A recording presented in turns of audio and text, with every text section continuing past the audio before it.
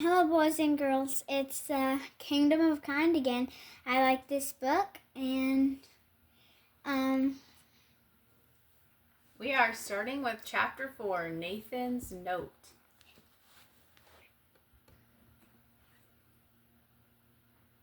"Look what you have done," cried Prince Eric as Drogo stepped back from the cart, coughing. "Give me your cape," Drogo cried. "I'll smother the fire." "You've lost your mind," shouted Prince Eric, clutching his cape. Who would dare to ask a prince for his cape? Wind breathed into the fire, intensifying the flames that soon licked the side of the wagon and spread hungrily to the wheels. Drogo watched helplessly. A minute later, Prince Eric felt a drop of rain on his head and then another on his shoulder. That was the only warning the gray clouds gave before releasing their heavy load. Rain began to fall in torrents, dousing the flames that engulfed the cart. Then, as quickly as the rain had begun, it stopped. Prince Eric moved away from the smoky, steamy, sizzling cart as Drogo frantically searched the ashes, trying not to burn himself. He pulled out a little cloth pouch that hadn't been burned and hugged it to himself with a heavy sigh of relief. "What's in the pouch?" Prince Eric asked as he brushed his wet hair off his forehead, furious that he was soaked. "Coins," said Drogo. "Let me see," demanded Prince Eric, holding out his hand. With a frown, Drogo handed over the pouch and watched as Prince Eric dumped its contents into his palm. 7 gold coins and a silver coin. Where did you get this money? Surely this is not from selling goat cheese.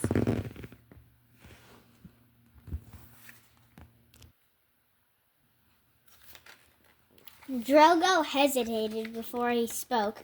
Only the silver coin is from selling goat cheese. The other gold coins came as a generous gift from you.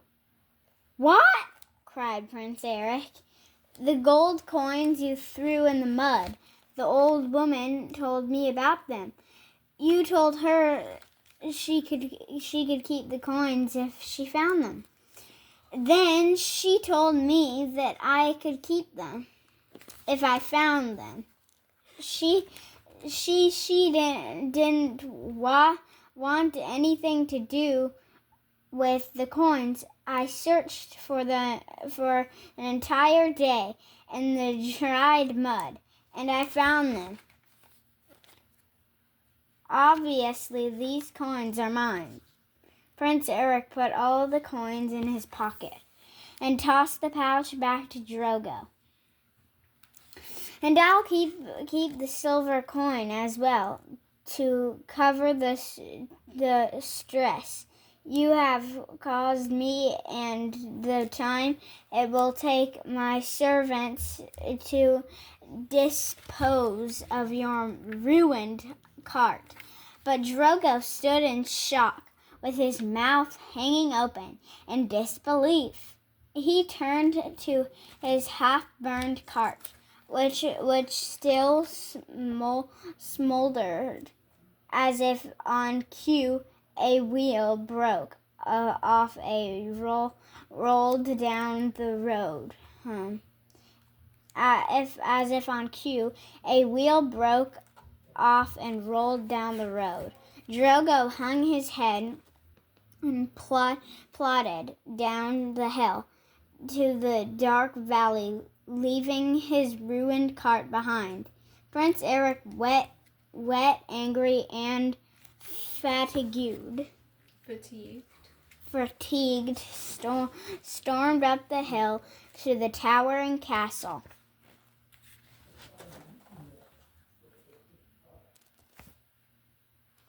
The next day, Prince Eric did not awaken until lunchtime. The first thing he did after dressing was return to the area beside the road where he had seen Nathan acting suspiciously. In the bright sunlight, Prince Eric quickly found a note nailed to the base of a tree. It was slightly damp, but the thick tree branches had protected it from the rain. He ripped the note off the tree in excitement, but then remembered he couldn't read. Grumbling, he folded the paper and stuffed it in his pocket. When he returned to the castle, he shoved it in his desk drawer and forgot about it. Do you remember why he can't read?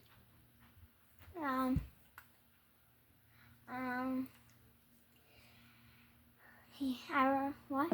He never did his work, remember? Oh, yeah, right. So he couldn't read. Yeah, he couldn't read. So because he never did his work, right? Yeah. Didn't he have like his servants do it? Mm-hmm. Good memory. Prince Eric walked around for days in a dark mood, not willing to admit that he missed Nathan. The king hired a cranky old scholar to take Nathan's place, studying and learning for the prince. Your turn. Okay. I didn't pause it. It's not paused. But Nathan's words would not leave the prince, and yet you are not happy. The prince began to realize that indeed he was not happy. I have the same routine all the time. The prince thought that is why I am not happy for years. The prince had requested rolls and grapefruit for breakfast every morning. The rolls at the castle were soft and buttery. They practically melted in his mouth. And the grapefruits in the kingdom were the sweetest, juiciest grapefruits in all the world. No more rolls and grapefruit for breakfast. The prince ordered, I want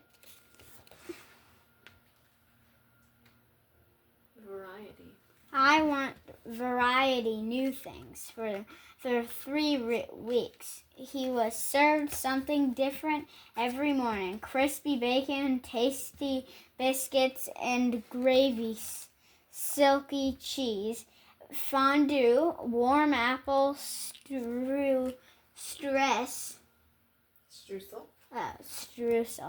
vegetables,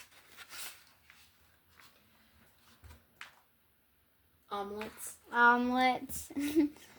strawberry crepes, crepes,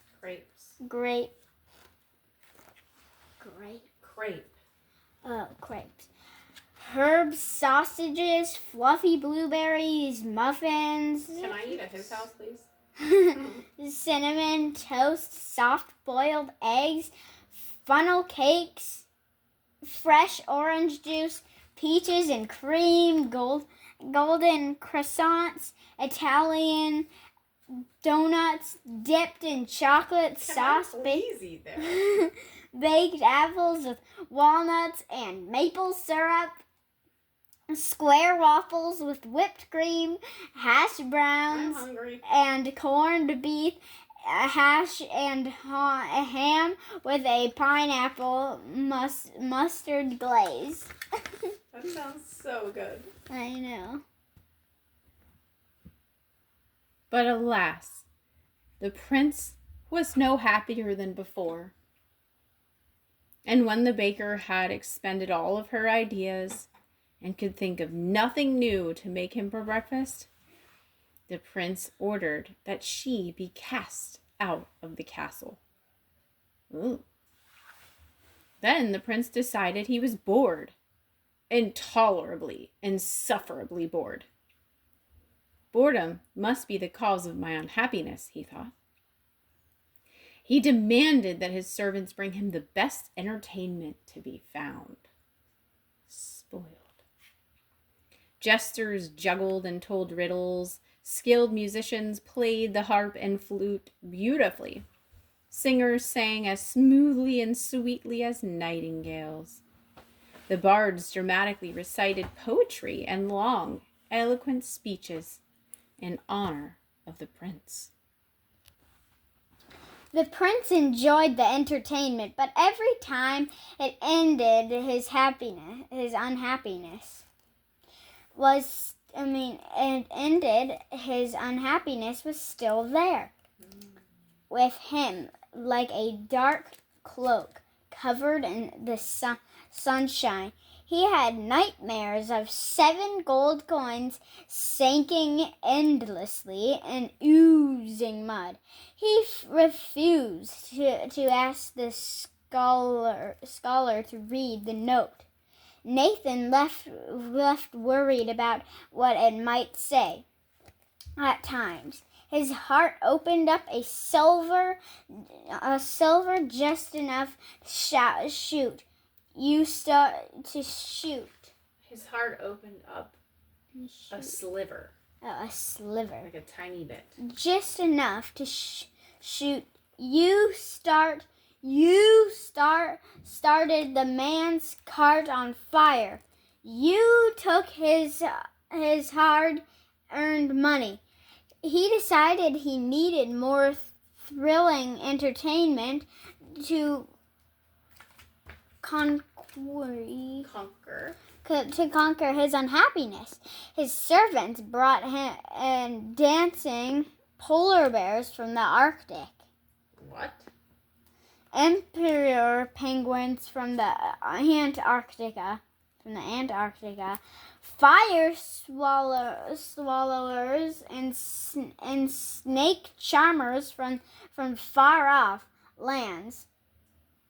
Rhinoceroses that played with balls, and actors with fancy costumes and stage scenery. His theory didn't work.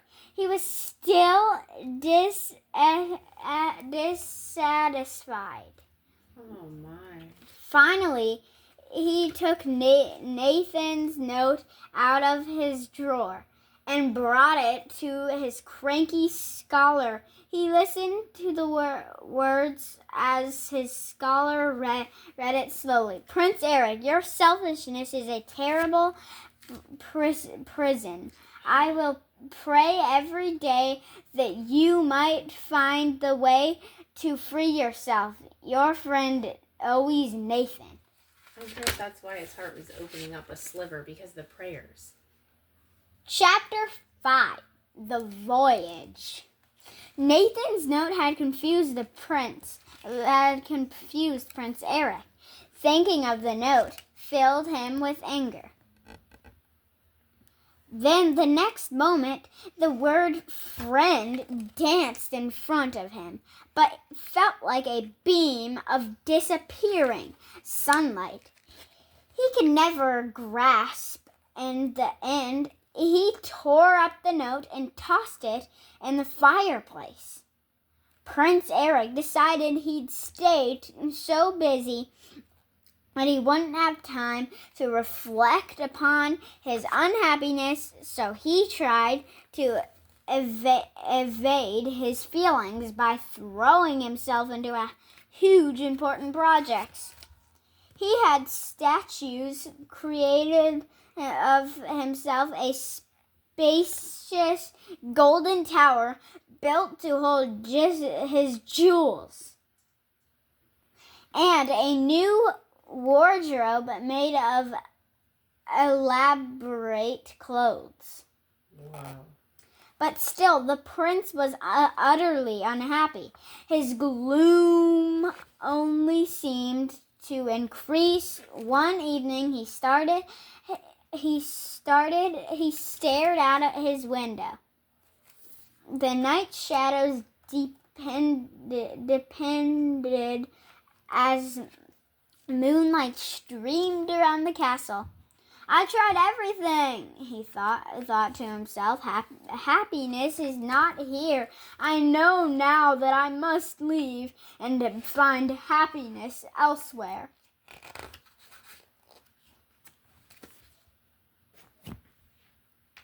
The prince announced his intentions to take a voyage around the world in search of happiness. He left the next week with 100 of his knights.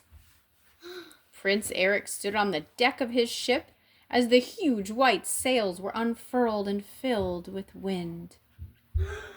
A salty breeze fanned through his hair, and the endless blue ocean lay before him. Ah, at last, thought Prince Eric. I'm headed to happiness. I must be. I'll search the corners of the earth until I find it. For an entire year, he searched the vast world. He ate exotic fruits, gourmet foods, met powerful kings, stayed in luxurious palaces, and bought rare jewels. He swam with sea turtles, bathed in splendid hot springs, and climbed the highest mountains. But still, he could not find happiness anywhere. Okay. He was plagued by the images of coins sinking into the oozing mud. Still, wow.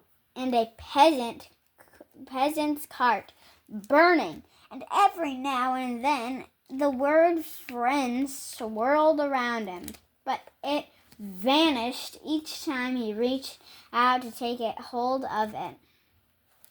His sailors displeased him in different ways, and one by one he dismissed them at different stops along the way, until he had a crew of only 7 men left to sail his ship.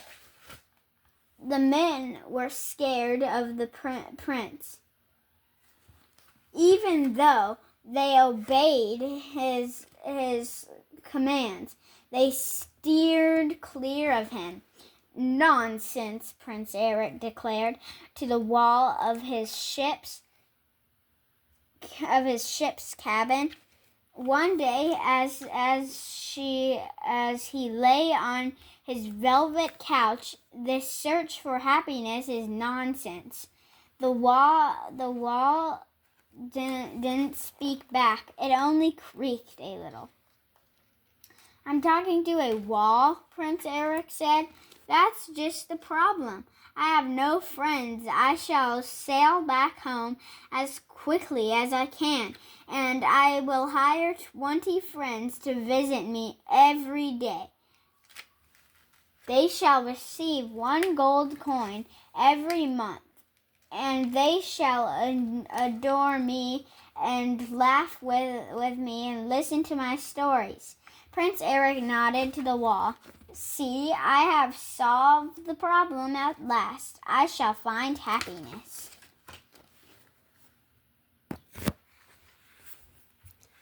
That very night, a storm arose on the ocean.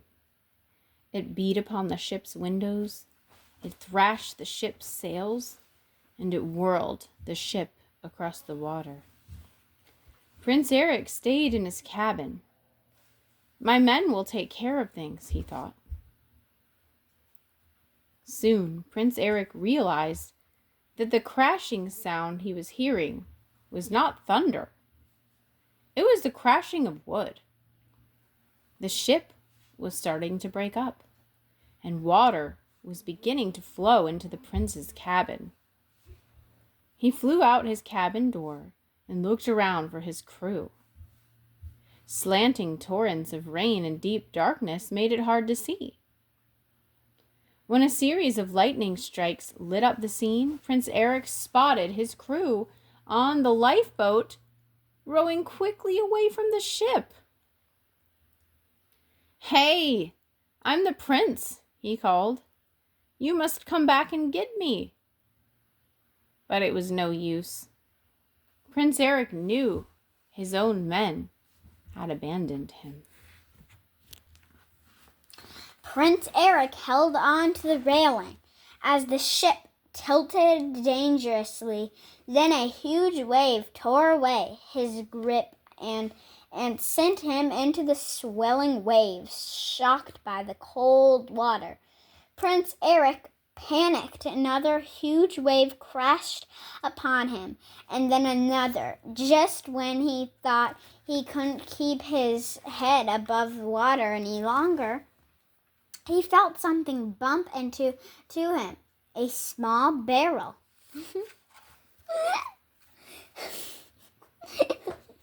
He wrapped his arms around it. Eventually, the squall subsided and the ocean grew calm. Eric shivered as he looked around. Moonlight reflected on it, on an endless ocean that looked dark and eerie. All he wanted was to go to sleep in a nice soft bed, but he couldn't close his eyes and risk drifting off to sleep. Yeah, he was alone though. The next day, he was even more tired. The sun blazed down on him, and he was painfully thirsty. Finally, at the end of the day, just as the sun was setting, the prince was washed ashore on a little island, exhausted and thirsty and starving. The prince crawled to a stream of fresh water and drank. His strength was gone, and he fell into a deep sleep on the grassy bank.